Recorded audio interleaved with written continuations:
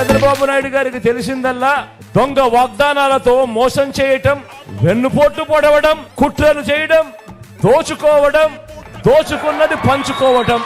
ఇలాంటి వారిని ఎవరైనా నమ్మటం అంటే చెరువులో చేపలకు కొంగల్ని కాపలా పెట్టడమే, దొంగ చేతికి తాళాలు ఇవ్వటమే, పులి నోట్లో తలకాయ పెట్టడమే. మారీషుడు, సుబాహుడు ఇప్పుడు రామోజీ వేషంలోనూ ఓ ఆంధ్రజ్యోతి రాధాకృష్ణన్లా ఈ రోజు కనిపిస్తా ఉన్నారు. చరిత్రలో ఓడిపోయే కాలం వచ్చినప్పుడు విలన్లందరికీ కూడా అటువైపున హీరోలందరూ బచ్చాలుగానే కనిపిస్తా ఉంటారు. ఎన్నికల్లో ఒంటరిగా ధైర్యంగా ప్రజల ముందుకు నేను వస్తా ఉన్నా. మరి పేదలకు నువ్వు చేసిన మంచి ఉంటే నువ్వెందుకయ్యా బచ్చాను చూసి భయపడుతూ పొత్తుల కోసం ఎగబడతా ఉన్నావు అని అడుగుతా ఉన్నా నీ చంద్రబాబును.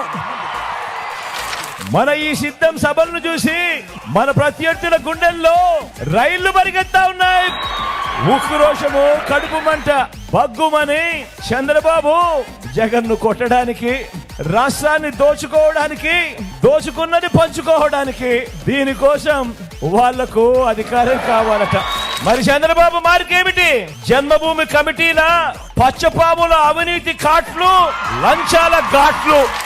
ఇలా పథకాలు ఎవరు చేశారు అని అంటే జగన్ జగన్ జగన్ జగన్ అంటా ఉన్నా మాటలతో కడుపు రగిలిపోకుండా ఉంటుందా ఆ పెత్తందారులకు?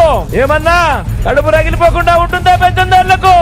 ఏం తమ్ముడు, ఆ పెత్తందారులకు కడుపు రగిలిపోకుండా ఉంటుందా?